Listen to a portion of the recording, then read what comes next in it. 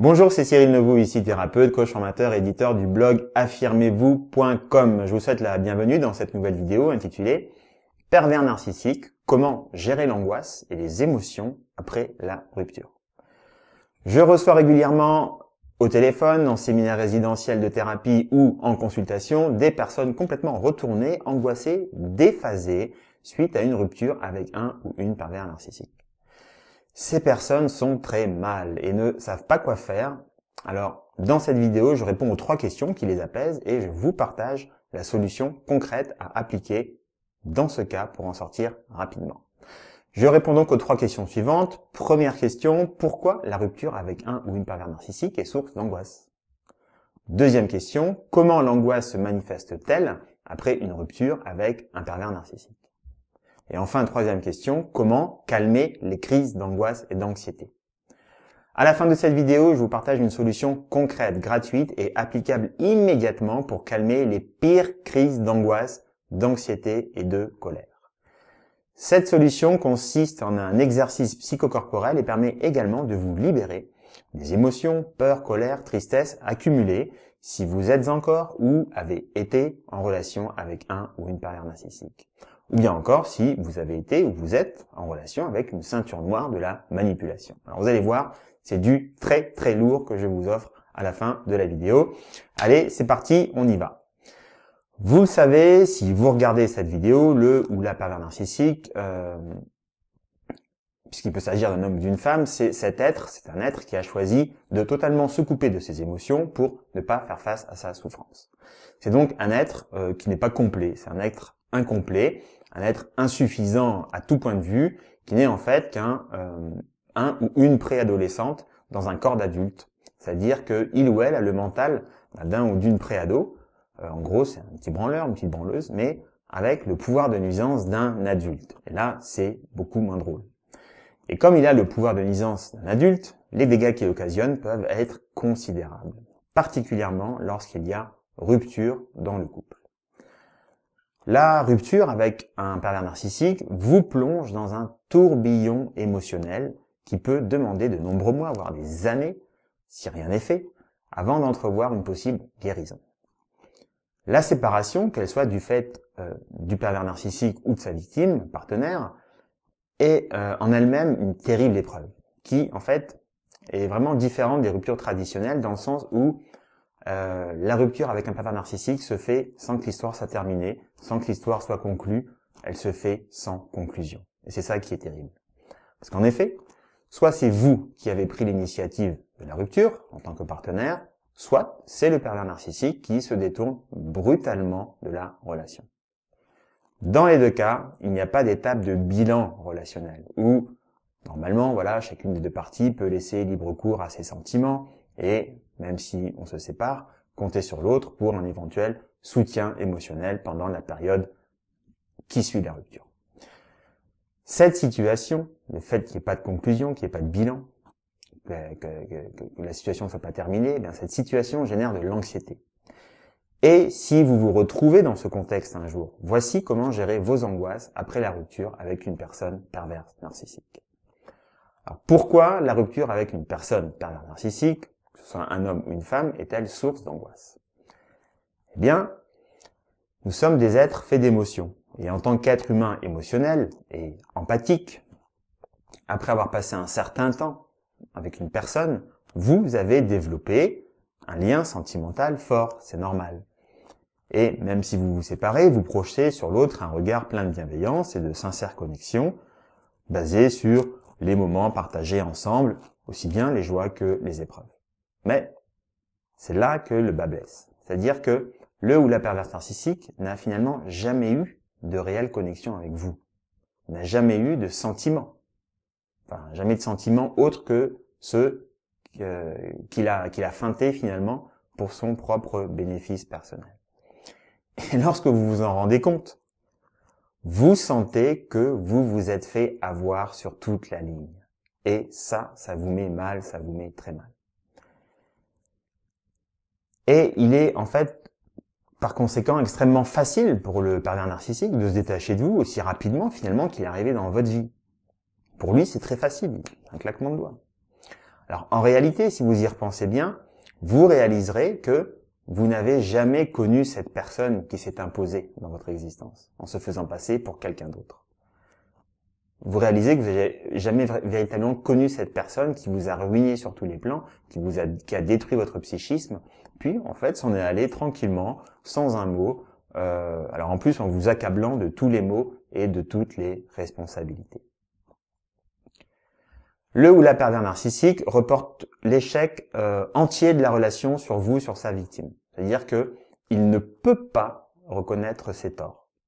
Tout simplement parce qu'il ne les voit pas. Lui, il a jamais tort. C'est jamais de sa faute.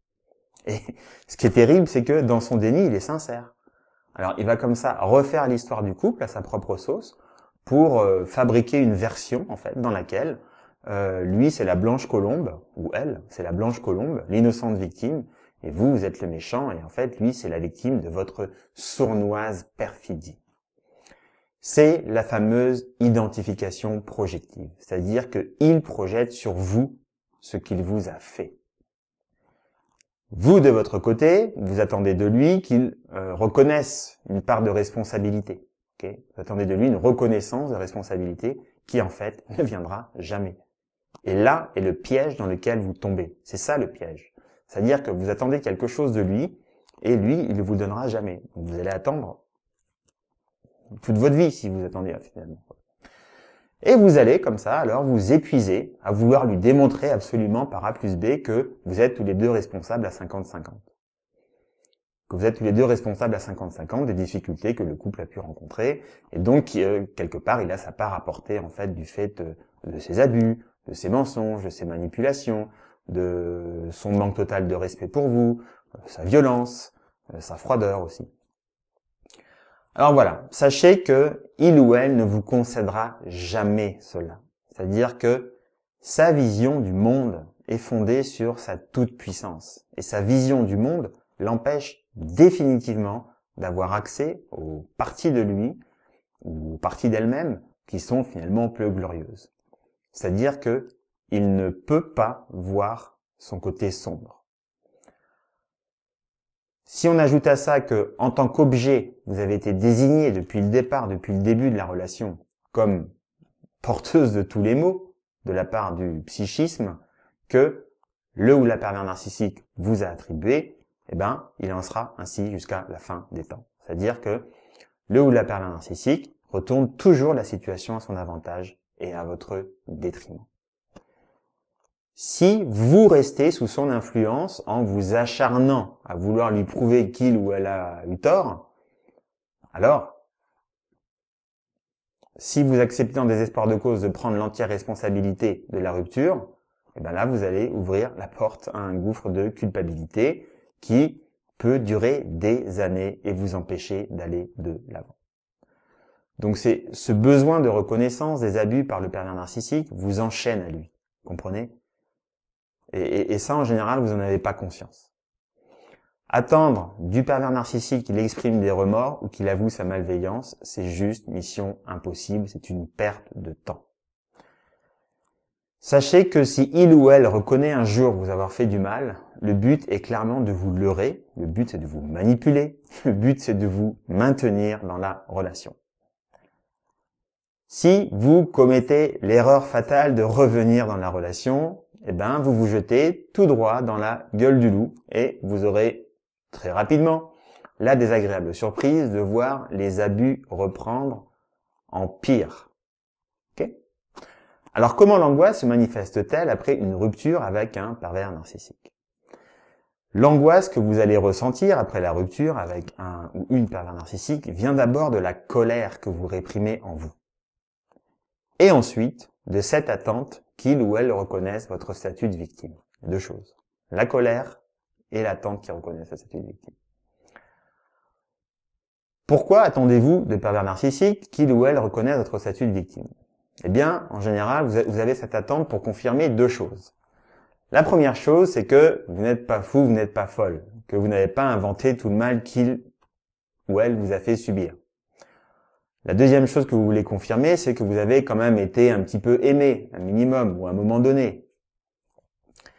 Ah, je suis désolé, mais en réalité, la vérité, elle est simple, mais elle est assez difficile à entendre. D'une part, vous devez faire face au fait que vous n'avez jamais été aimé. Entendez bien, vous n'avez jamais été aimé. Ça fait mal d'entendre ça, mais c'est ce qui est, c'est la vérité.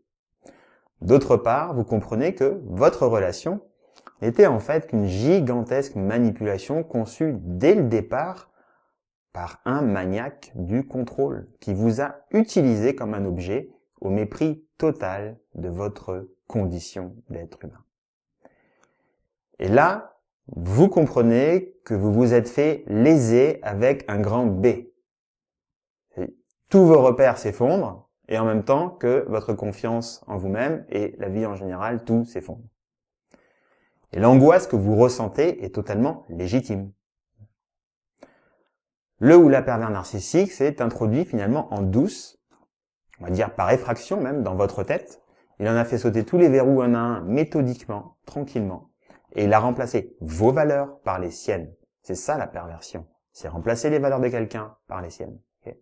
Et il vous a ainsi dépossédé de ce qui constitue votre essence, votre personnalité. En quittant la relation perverse narcissique, vous voyez enfin l'étendue des dégâts et vous prenez conscience que vous ne retrouverez jamais ce qu'il ou elle vous a pris, c'est-à-dire votre identité. Selon le temps passé en sa compagnie, vous ressortez juste changé ou alors complètement différent, différente, avec un besoin vital de reconstruction psychologique. Vous ne savez plus qui vous êtes à la limite, ni ce en quoi vous croyez. Et le marionnettiste, finalement, vous a abandonné sur la scène et le rideau est tombé. La pièce laisse alors place à des pensées obsessionnelles, des crises de panique, une incapacité à entrevoir un avenir, une incapacité à entrevoir une nouvelle relation, des ruminations tournant autour de votre perception de la réalité que vous mettez en doute car vous avez perdu tout repère émotionnel. Alors comment calmer vos angoisses? La bonne nouvelle, c'est que vous pouvez dépasser cette étape de l'angoisse en renonçant à une conclusion équitable et honnête dans laquelle le ou la pervers narcissique vous présenterait des excuses pour vous avoir maltraité. Voilà. Oubliez ça, ça ne viendra pas. Donc si déjà, n'attendez plus ça. Parce que ce moment n'arrivera jamais. Okay. Mais il faut également accepter que vous ne serez plus la même personne qu'avant la relation perverse narcissique. Vous avez changé, car vous avez côtoyé un prédateur, une prédatrice. Et comme après toute épreuve, vous êtes marqué à vie, mais le bonheur et l'épanouissement personnel sont toujours à votre portée. Ça, c'est la bonne nouvelle. Si vous faites un travail sur vous-même, si vous faites un travail en profondeur sur vos blessures.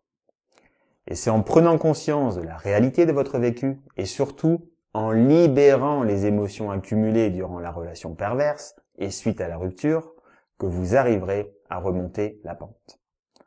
En fait, vous êtes en état de stress post-traumatique et pour en sortir le plus rapidement possible, vous pouvez vous faire aider par un professionnel. Vous avez accumulé comme ça tout un tas d'émotions non exprimées dans votre corps au cours de la relation perverse. Ce sont des énergies perturbées. Tout ce qui ne s'exprime pas s'imprime dans le corps. Toutes les émotions que vous avez réprimées au cours et suite à cette relation perverse sont restées littéralement engrammées dans votre corps et ce sont elles qui créent les angoisses. Pour vous libérer de ces émotions et de ces énergies perturbées et calmer vos crises d'angoisse et d'anxiété, j'ai mis en ligne une puissante méditation dynamique sur mon blog affirmez-vous.com. Rendez-vous sur mon blog affirmez-vous.com et cliquez dans le menu exercice de libération émotionnelle. Mais inscrivez-vous, c'est totalement gratuit. Vous recevrez les instructions par email ainsi que le lien de téléchargement de la bande son au format MP3. Cet exercice dure 1 heure et il est extrêmement puissant. Il y a une zone de commentaires sur la page de l'exercice où vous pouvez me poser toutes vos questions si nécessaire. Alors voilà, cette vidéo est maintenant terminée. Je vous remercie de l'avoir suivie. Si elle vous a plu, visitez mon blog affirmez-vous.com pour télécharger l'exercice de libération émotionnelle, accompagné de sa bande son au format MP3, et abonnez-vous maintenant à la chaîne. Si vous souhaitez être informé en priorité de la parution de nouvelles vidéos, cliquez sur la petite cloche en bas à droite, je sais plus où elle est. C'est aussi simple que ça. Prenez soin de vous, on se retrouve tout de suite pour l'exercice de libération émotionnelle sur affirmez-vous.com. Au revoir.